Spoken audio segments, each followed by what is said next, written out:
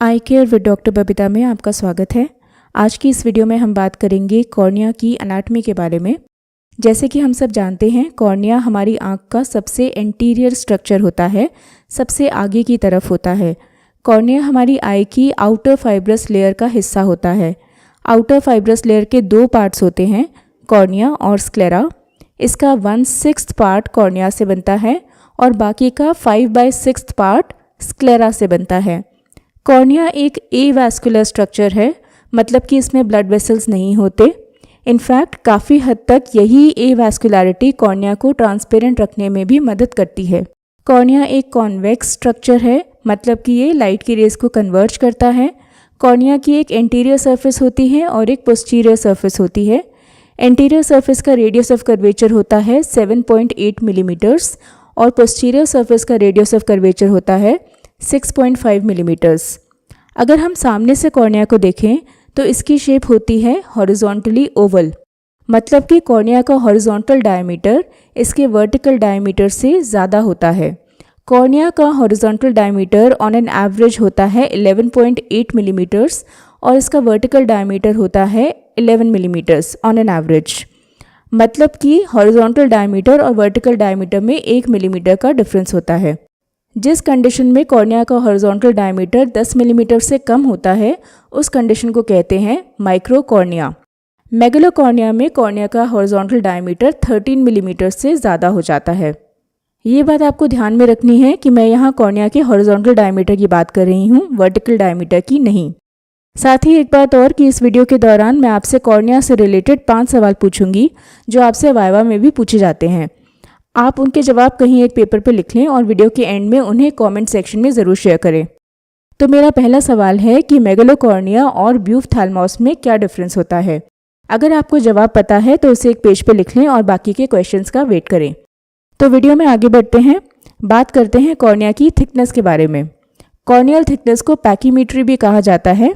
Cornea की thickness cornea के हर point पे एक सी नहीं होती। कॉर्निया सेंटर में थिन होता है और पेरिफ्री में थिक होता है। एक एडल्ट इंसान में कॉर्निया के सेंटर की एवरेज थिकनेस होती है 520 माइक्रोन यानी कि 0.52 मिलीमीटर्स, जबकि पेरिफ्री की एवरेज थिकनेस होती है 670 माइक्रोन्स और 0.67 मिलीमीटर्स। कॉर्निया की थिकनेस की तरह कॉर्निया की शेप या उसका कर्वेचर भी हर जगह एक सा नहीं होता है। कॉर्निया एक एस्फेरिक प्रोलेट स्ट्रक्चर है। प्रोलेट वर्ड को समझने के लिए पहले हम ये समझेंगे कि स्फेरिक और एस्फेरिक का क्या मतलब होता है। स्फेरिकल सरफेस एक ऐसी सरफेस को कहते हैं जिसका कर्वेचर यूनिफॉर्म होता है, मतलब हर जगह सेम कर्वेचर होता है। अगर लाइट की रेज इस सरफेस से पास करेंगी तो वो एक सिंगल पॉइंट पे कन्वर्ज करेंगी। एस्फेरिक सरफेस का कर्वेचर डिफरेंट पॉइंट्स पे डिफरेंट होता है। जैसे कि प्रोलेट सरफेस सेंटर में तो स्टीप होती है लेकिन उसकी पेरिफ्री फ्लैट होती है। इसलिए लाइट रेज अगर एक प्रोलेट सरफेस से पास करेंगी तो जो रेज सरफेस के सेंटर से पास कर रही हैं वो ज़्यादा रिफ्रैक्ट होंगी, ज़्यादा बेंड होंगी, क्योंकि सेंटर का रेडियस ऑफ कर्वेचर ज़्यादा है। लेकिन जो रेज पेरिफ्री से पास करेंगी वो सेंट्रल रेज के कंपैरिजन में कम कन्वर्ज करेंगी, क्योंकि पेरिफ्री कम स्टीप है, उसका रेडियस ऑफ कर्वेचर कम है। तो जैसे कि आप इस डायग्राम में देख सकते हैं कि लाइट रेज डिफरेंट पॉइंट्स पे कन्वर्ज हो रही हैं। सेंट्रल रेज आगे की तरफ कन्वर्ज हो रही हैं और पेरिफेरल रेज का कन्वर्जिंग पॉइंट उस पॉइंट के पीछे होता है और इसकी वजह से प्रोलेट सरफेस पे स्फेरिकल एबरेशंस होती हैं और इस टाइप के एबरेशन को कहते हैं नेगेटिव स्फेरिकल एबरेशंस। कॉर्निया भी एक प्रोलेट स्ट्रक्चर है, लेकिन अगर हम कॉर्निया की टोटल एबरेशंस का एवरेज लें तो वैल्यू आती है +0.27 से +0.3, जो कि थोड़ी पॉजिटिव साइड पे है। एक एस्फेरिक ऑब्लेट सरफेस में इस सिचुएशन का ऑपोजिट होता है। ऑब्लेट सरफेस में सेंटर फ्लैट होता है और पेरिफ्री स्टीप होती है, इसलिए पेरिफेरल रेज सेंट्रल रेज के एंटीरियर कन्वर्ज होती हैं। तो अब है टाइम क्वेश्चन नंबर 2 का। मायोपिक लेसिक प्रोसीजर के बाद कॉर्निया की शेप में क्या बदलाव आता है। अब हम बात करेंगे कि कॉर्निया हमारी आई के रिफ्रैक्टिव सिस्टम में कैसे कंट्रीब्यूट करता है। कॉर्निया और उसके साथ हमारी आँख की टीयर फिल्म जो कॉर्निया को कवर करती है, ये दोनों मिलकर बनाते हैं हमारी आंखों की एंटीरियर रिफ्रैक्टिव सरफेस। रेटिना पे पहुंचने से पहले लाइट की रेज 4 स्ट्रक्चर से पास करती है: कॉर्निया, एक्वस ह्यूमर, लेंस और विट्रस ह्यूमर। इस इमेज में आप इन चारों का रिफ्रैक्टिव इंडेक्स देख सकते हैं। एक्वस ह्यूमर और विट्रस ह्यूमर दोनों का रिफ्रैक्टिव इंडेक्स होता है 1.33, कॉर्निया का रिफ्रैक्टिव इंडेक्स होता है 1.37 और लेंस का रिफ्रैक्टिव इंडेक्स होता है 1.42। आई की टोटल रिफ्रैक्टिव पावर होती है 60 डायोप्टर्स। इसमें से 44 डायोप्टर्स कॉर्निया से आता है और बाकी का 16 डायोप्टर्स लेंस से। ये सब एवरेज वैल्यूज़ हैं। अब हम बात करेंगे कॉर्निया की लेयर्स के बारे में। कॉर्निया की टोटल 5 लेयर्स होती हैं। आगे से पीछे यानी एंटीरियर टू पोस्टीरियर चले तो सबसे पहले आता है एपिथेलियम, फिर बोमेन्स मेम्ब्रेन, फिर कॉर्नियल स्ट्रोमा, डेस्मेट्स मेम्ब्रेन और लास्ट में आता है कॉर्नियल एंडोथेलियम। हाल ही में एक 6th लेयर भी डिस्कवर हुई है जिसका नाम रखा गया है दुआज लेयर और थोड़ी देर में हम उस नई लेयर के बारे में भी बात करेंगे। कॉर्निया के लेयर्स को याद करने के लिए कई लोग एक निमोनिक का यूज़ करते हैं, ABCDE। ए मतलब एंटीरियर एपिथेलियम, बी से बोमेन्स मेम्ब्रेन, सी से कॉर्नियल स्ट्रोमा, डी से डेस्मेट्स मेम्ब्रेन और लास्ट में ई से एंडोथेलियम। शुरुआत करते हैं एपिथेलियम से। ये है कॉर्नियल एपिथेलियम का मैग्नीफाइड व्यू। जैसे कि आप देख सकते हैं कि ये एक मल्टी लेयर्ड स्ट्रक्चर है। एपिथेलियम की भी काफ़ी लेयर्स होती हैं। कॉर्नियल एपिथेलियम एक non keratinised stratified squamous layer है। इसकी अराउंड 4 से 6 लेयर्स होती हैं। कॉर्नियल एपिथेलियम की एवरेज थिकनेस होती है 40 से 50 माइक्रॉन्स और कॉर्निया की टोटल थिकनेस का ऑलमोस्ट 10% कॉन्ट्रीब्यूशन कॉर्नियल एपिथेलियम से आता है। एम्ब्रियोलॉजिकली कॉर्नियल एपिथेलियम बनता है 5th to 6th week of gestation में सरफेस एक्टोडर्म से। कॉर्नियल एपिथेलियम को 3 लेयर्स में डिवाइड कर सकते हैं। टॉप मोस्ट लेयर होती है सुपरफिशियल एपिथेलियल सेल्स की, उसके बाद होते हैं विंग सेल्स या अम्ब्रेला सेल्स और सबसे बॉटम लेयर होती है बेसल एपिथेलियल सेल्स की। तो कॉर्नियल एपिथेलियम की फर्स्ट लेयर को कहते हैं superficial epithelial layer. Superficial epithelial layer के सेल्स 2-3 लेयर्स में अरेंज होते हैं। ये सेल्स फ्लैट पॉलीगोनल शेप के होते हैं और इनकी सरफेस पे काफ़ी सारे एपाइकल माइक्रोविलाई और माइक्रोप्लाई होते हैं जो छोटे छोटे प्रोजेक्शंस यानी कांटों की तरह होते हैं, जैसे कि आप इस इमेज में देख सकते हैं। ये माइक्रोविलाई और माइक्रोप्लाई एक ग्लाइकोकैलिक्स लेयर से कवर्ड होते हैं। इन प्रोजेक्शंस की वजह से इस लेयर का सरफेस एरिया ऑफ कॉन्टैक्ट बढ़ जाता है और टियर फिल्म ईजिली एपिथेलियम से अटैच हो जाती है। इन सरफेस एपिथेलियल सेल्स के बीच में टाइट इंटरसेलुलर जंक्शंस होते हैं जिनको डेस्मोसोम्स भी कहा जाता है। ये डेस्मोसोम्स सेल्स को आपस में टाइटली पैक करके रखते हैं और टीयर्स, टॉक्सिन्स, माइक्रोब्स को आंख में एंटर करने से रोकते हैं। कॉर्नियल एपिथेलियम की सेकेंड लेयर होती है विंग सेल्स। इनको अम्ब्रेला सेल्स भी कहा जाता है। साथ ही इसको सुप्रा बेसल लेयर भी कहते हैं क्योंकि ये बेसल एपिथेलियम के ऊपर होती है। विंग लेयर में सेल्स 2-3 लेयर्स में अरेंज होते हैं और इन सेल्स की शेप सरफेस एपिथेलियल लेयर के सेल्स से कम फ्लैट होती है। सुपरफिशियल एपिथेलियल लेयर की तरह ये सेल्स भी आपस में डेस्मोसोम्स की मदद से जुड़े रहते हैं। लास्ट लेयर है बेसल एपिथेलियम। ये कॉर्नियल एपिथेलियम की सबसे डीपेस्ट लेयर होती है। बेसल लेयर बनती है कलमनर सेल से एक सिंगल लेयर से। हर एक सेल की हाइट होती है अबाउट 20 माइक्रोन। ये जानना ज़रूरी है कि कॉर्नियल एपिथेलियम में सिर्फ बेसल लेयर ही है जो माइटोसिस करके डिवाइड कर सकती है। ये बेसल सेल्स एक बेसमेंट मेम्ब्रेन यानी बेसल लमाइना पर रेस्ट करते हैं। इस बेसल लमाइना को फर्दर 2 लेयर्स में डिवाइड किया जा सकता है, लमाइना ल्यूसिडा जो 25 नैनोमीटर्स थिक होती है और लमाइना डेंसा जिसकी थिकनेस होती है 50 नैनोमीटर्स। ये बेसमेंट मेम्ब्रेन कॉम्प्लेक्स होता है जो कॉर्नियल एपिथेलियम को बोमेन्स मेम्ब्रेन और स्ट्रोमा से अटैच करके रखता है। ये बेसमेंट मेम्ब्रेन कॉम्प्लेक्स एक तरह का मेशवर्क होता है जो एंकरिंग फिब्रिल्स से बना होता है।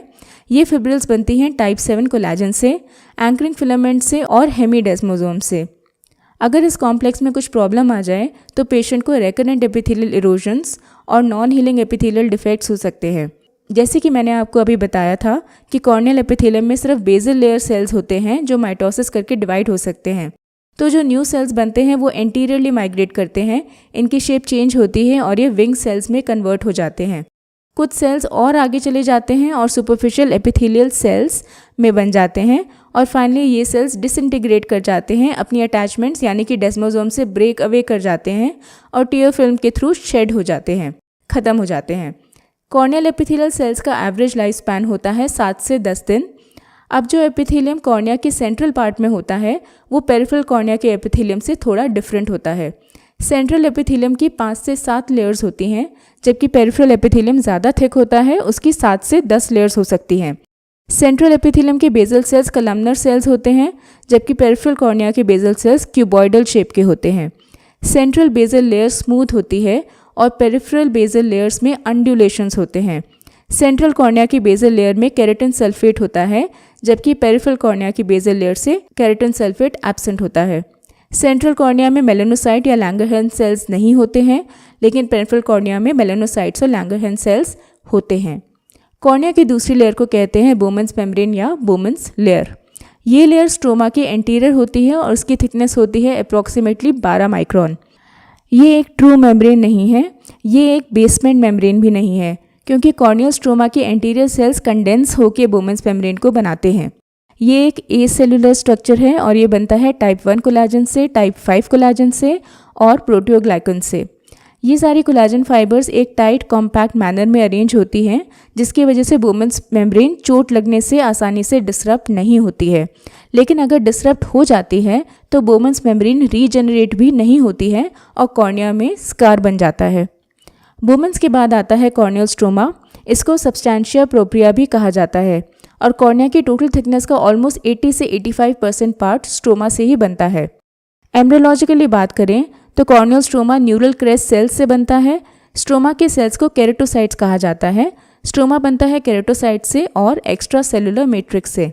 एक्स्ट्रा सेलुलर मैट्रिक्स में होता है कोलाजन और ग्लाइकोजामिन ग्लाइकन्स यानी कि गैग्स। कॉर्नियल स्ट्रोमा का मेन कोलाजन होता है टाइप 1 कोलाजन। इसके अलावा कॉर्निया में टाइप 3, टाइप 5, 6 और 12 कोलाजन्स भी डिटेक्ट किए जा चुके हैं। कॉर्नियल स्ट्रोमा का मेन ग्लाइकोजामिन ग्लाइकन होता है केराटिन सल्फेट। इसमें कॉन्ड्रोइटिन सल्फेट और डर्मेटिन सल्फेट भी होते हैं। जैसे कि मैंने आपको बताया कि कॉर्नियल स्ट्रोमा कोलाजन फाइबर्स से बनता है। ये कोलाजन फाइबर्स पैरेलल बंडल्स में अरेंज होते हैं, जिनको फिब्रिल्स कहा जाता है। ये फिब्रिल्स पैरेलली एक दूसरे के ऊपर अरेंज होते हैं, जिससे कॉर्नियल लैमेले बनते हैं। ह्यूमन कॉर्निया में लगभग 200 से 250 लैमेले होते हैं, जो एक दूसरे से परपेंडिकुलरली अरेंज होते हैं। कॉर्नियल ट्रांसपेरेंसी को एक्सप्लेन करने के लिए 2 थ्योरीज प्रपोज की गई हैं। पहली थ्योरी है लैटिस थ्योरी बाय मॉरिस। ये थ्योरी कहती है कि कॉर्निया की फिब्रिल्स का एक यूनिफॉर्म लैटिस अरेंजमेंट होता है। इस लैटिस अरेंजमेंट की वजह से एक इंडिविजुअल फाइबर का जो मीन डायमीटर है और 2 फिब्रिल्स के बीच का जो डिस्टेंस है, इन दोनों की वैल्यू लाइट की वेवलेंथ से लेस देन हाफ होती है, जिसकी वजह से लाइट रेज कॉर्निया में ही डिस्ट्रॉय हो जाती हैं डिस्ट्रक्टिव इंटरफेरेंस की वजह से, और कॉर्निया ट्रांसपेरेंट दिखता है। गोल्डमैन और बेंडेक की थ्योरी ये कहती है कि कॉर्निया की ट्रांसपेरेंसी डिपेंड करती है इंटरफिब्रिलरी डिस्टेंस पे, 2 कोलाजन फिब्रिल्स के बीच में जो डिस्टेंस होता है उस पे, ना कि लैटिस अरेंजमेंट पे। इंटरफिब्रिलरी डिस्टेंस वेवलेंथ ऑफ लाइट के कंपैरिजन में इतना कम होता है कि लाइट रेज की स्कैटरिंग नहीं होती और कॉर्निया ट्रांसपेरेंट दिखता है। कॉर्निया की 4th लेयर होती है डेस्मेट्स मेम्ब्रेन। डेस्मेट्स की एवरेज थिकनेस होती है 7 माइक्रॉन्स और ये बनता है टाइप 4 कोलाजन से और लैमिनिन से।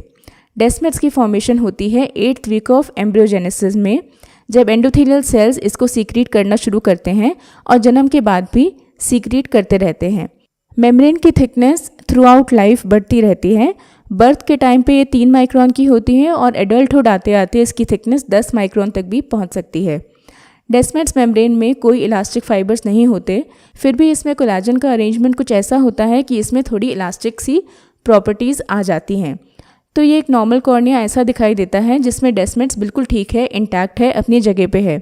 डेस्मेट्स डिटैचमेंट के केस में डेस्मेट्स मेम्ब्रेन एक इलास्टिक मेम्ब्रेन की तरह रोल हो जाती है।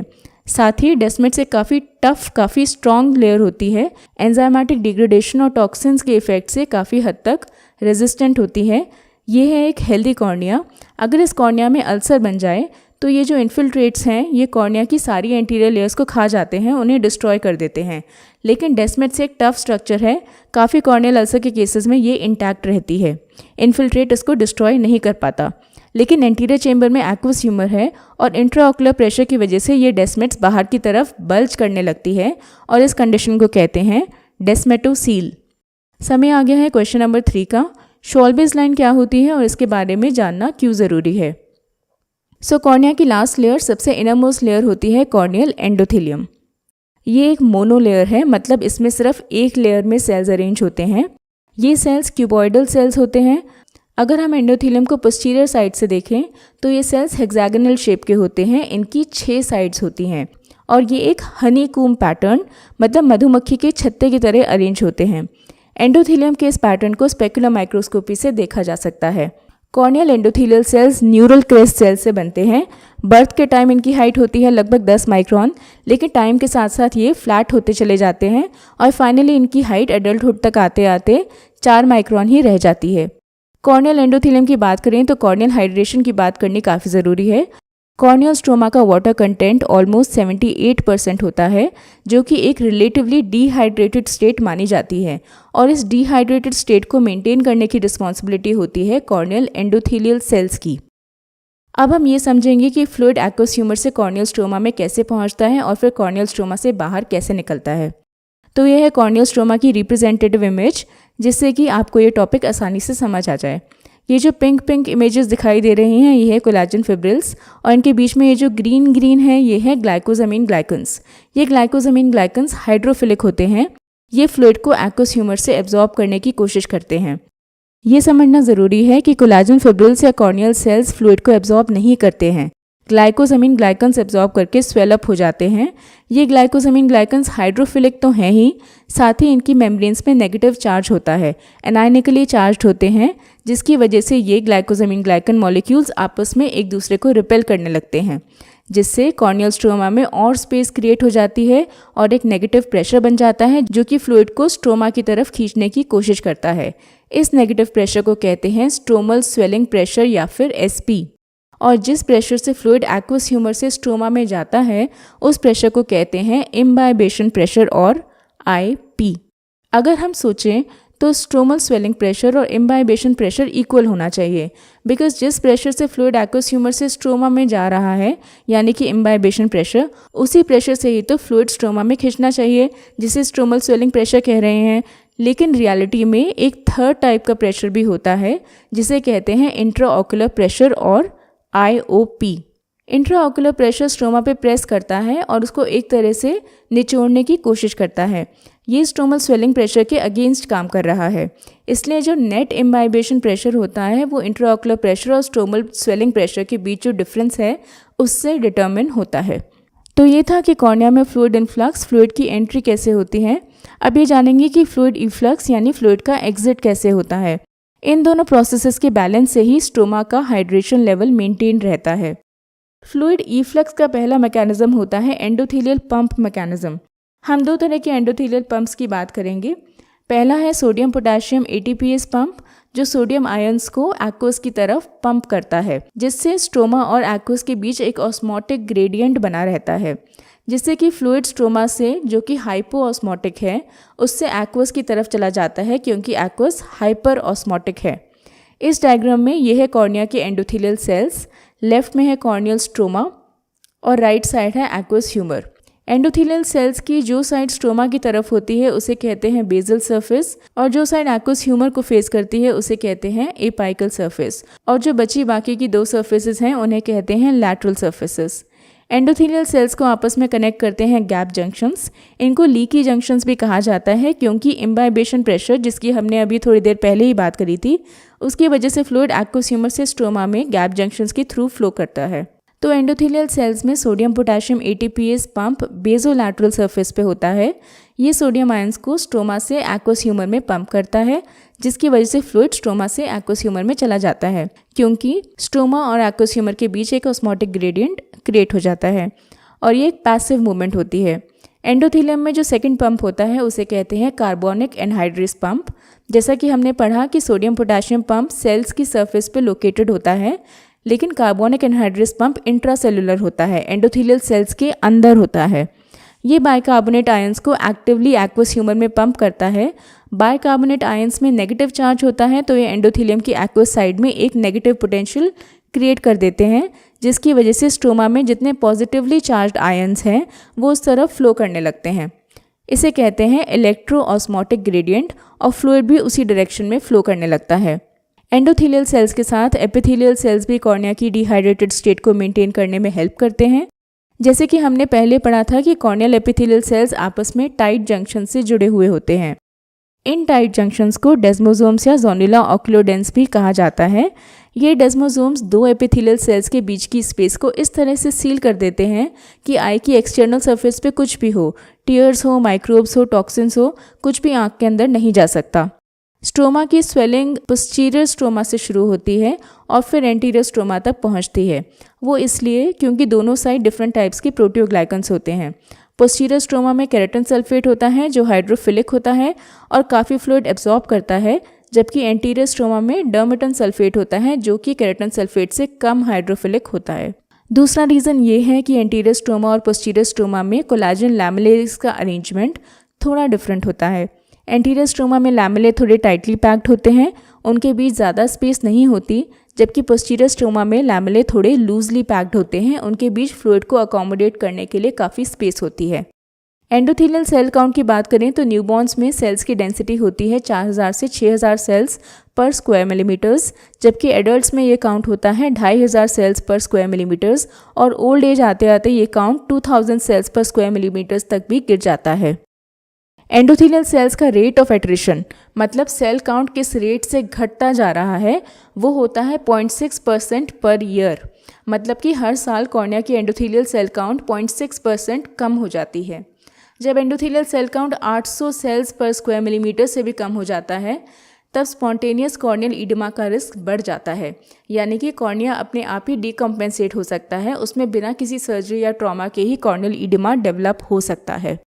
एंडोथेलियल सेल्स अपने आप डिवाइड और मल्टीप्लाई नहीं कर सकते। एज की वजह से या सर्जरी या ट्रॉमा या इन्फ्लेमेशन या कोई एंडोथेलियल डिस्ट्रोफी हो, इन सभी कंडीशंस में सेल काउंट इतना कम हो जाता है कि बाकी के जो बचे हुए हेल्दी सेल्स हैं उनकी शेप बदलने लगती हैं और वो स्ट्रेच करने लगते हैं, जिससे कि सेल लॉस की वजह से जो स्पेस क्रिएट हुई है उसे वो फिल कर सकें। तो ये है हेल्दी कॉर्नियल एंडोथेलियम। इसमें सब सेल्स एक परफेक्ट हेक्सागोनल शेप के हैं। अब अगर इनमें से कुछ सेल्स डेड हो जाते हैं तो बाकी के सेल्स स्ट्रेच करने लगेंगे, उनका साइज़ बड़ा होगा इस स्पेस को कवर करने के लिए। और जब एंडोथेलियल सेल्स का साइज़ अपने नॉर्मल साइज़ से बड़ा हो जाता है तो उसे कहते हैं पॉलीमेगैथिज्म। इस स्ट्रेचिंग की वजह से इनकी जो नॉर्मल हेक्सागोनल शेप है वो भी डिस्टर्ब हो जाती है और उस कंडीशन को कहते हैं प्लियोमॉर्फिज्म। तो इस इमेज में हम देख सकते हैं कि काफ़ी प्लियोमॉर्फिक सेल्स हैं और साथ में पॉलीमेगैथिज्म भी है। अगेन ये सिर्फ एक रिप्रेजेंटेटिव इमेज है, ये चेंजेस आप स्पेकुलर माइक्रोस्कोपी पे अच्छी तरह से देख सकते हैं। क्वेश्चन नंबर 4, कॉर्निया की कौन सी लेयर पे केएफ रिंग देखी जाती है?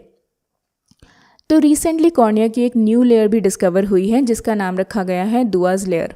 ये लेयर सबसे पहले आइडेंटिफाई की थी दुआ एट ऑल ने, डॉक्टर हरमिंदर एस दुआ, जो कि यूनिवर्सिटी ऑफ नॉटिंगहम से हैं, और ये फाइंडिंग ऑफ्थेल्मोलॉजी जर्नल में सन 2011 में पब्लिश हुई थी। दुआज लेयर एक वेल डिफाइंड ए सेलुलर स्ट्रॉन्ग लेयर है जो डेस्मेट्स लेयर के जस्ट एंटीरियर लोकेटेड होती है, जिस लोकेशन को प्री डेस्मेट्स भी कहा जा सकता है।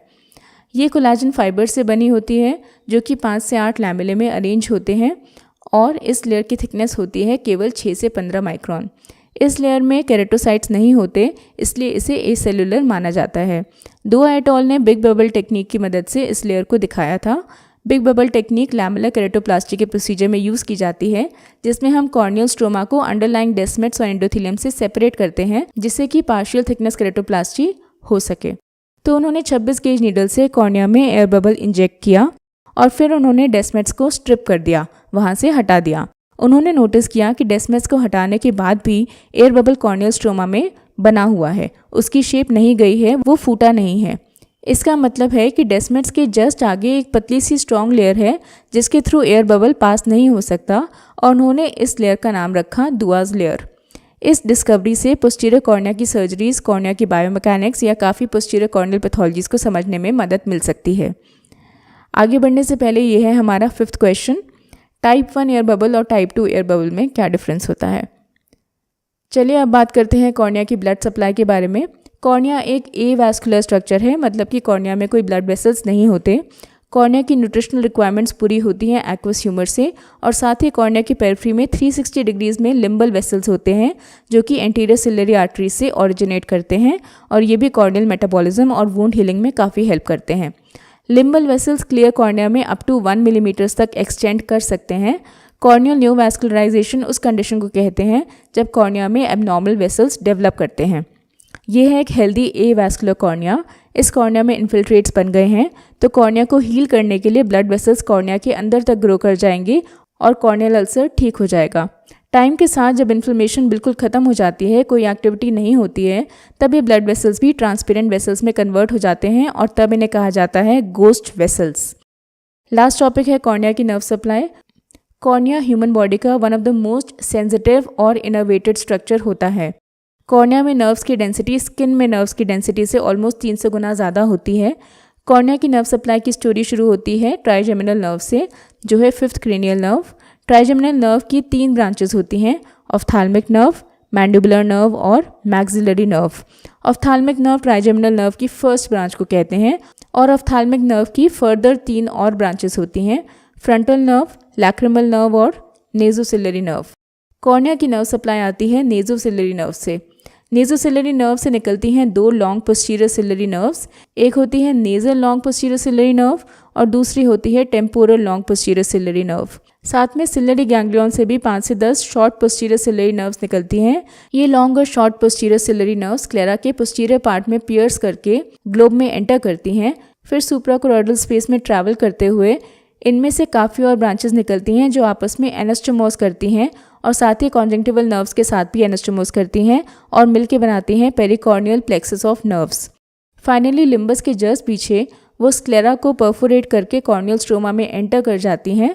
कॉर्नियल स्ट्रोमा में 3 टाइप के नर्व प्लेक्सस मिलते हैं। एक है स्ट्रोमल प्लेक्सस जो मिड स्ट्रोमा में स्ट्रोमा के बीच में होता है। दूसरा है सब एपिथेलियल प्लेक्सस जो बोमन्स और एंटीरियर स्ट्रोमा के बीच में होता है और लास्ट में है इंट्रा एपिथेलियल प्लेक्सस जो एपिथेलियल सेल्स के बीच में होता है और यहीं कॉर्नियल नर्व एंडिंग्स टर्मिनेट भी हो जाती हैं। यहीं तक उनका रास्ता होता है और उन्हें कहते हैं टर्मिनल नर्व एंडिंग्स। इसीलिए कॉर्नियल एपिथेलियल डिफेक्ट्स के पेशेंट्स इतने पेन में होते हैं क्योंकि एपिथेलियल डिफेक्ट में ये नर्व एंडिंग्स एक्सपोज हो जाती हैं। एक और क्वेश्चन, क्या कॉर्नियल नर्व्स नॉर्मली दिखाई देती हैं? आंसर है हाँ, दिखाई देती हैं। पेरिफेरल कॉर्निया में कॉर्नियल नर्व्स दिखाई दे सकती हैं क्योंकि पेरिफेरी में नर्व्स का डायमीटर थोड़ा ज़्यादा होता है सेंटर के कंपैरिजन में। तो ये थी हमारी डिस्कशन कॉर्निया की एनाटॉमी के बारे में। अगर आपको ये वीडियो पसंद आई हो तो इसे लाइक करें और अपने कलीग्स के साथ ज़रूर शेयर करें और अगर आप ऐसी ही एजुकेशनल वीडियोस देखना चाहते हैं तो इस चैनल को सब्सक्राइब करके सपोर्ट करें।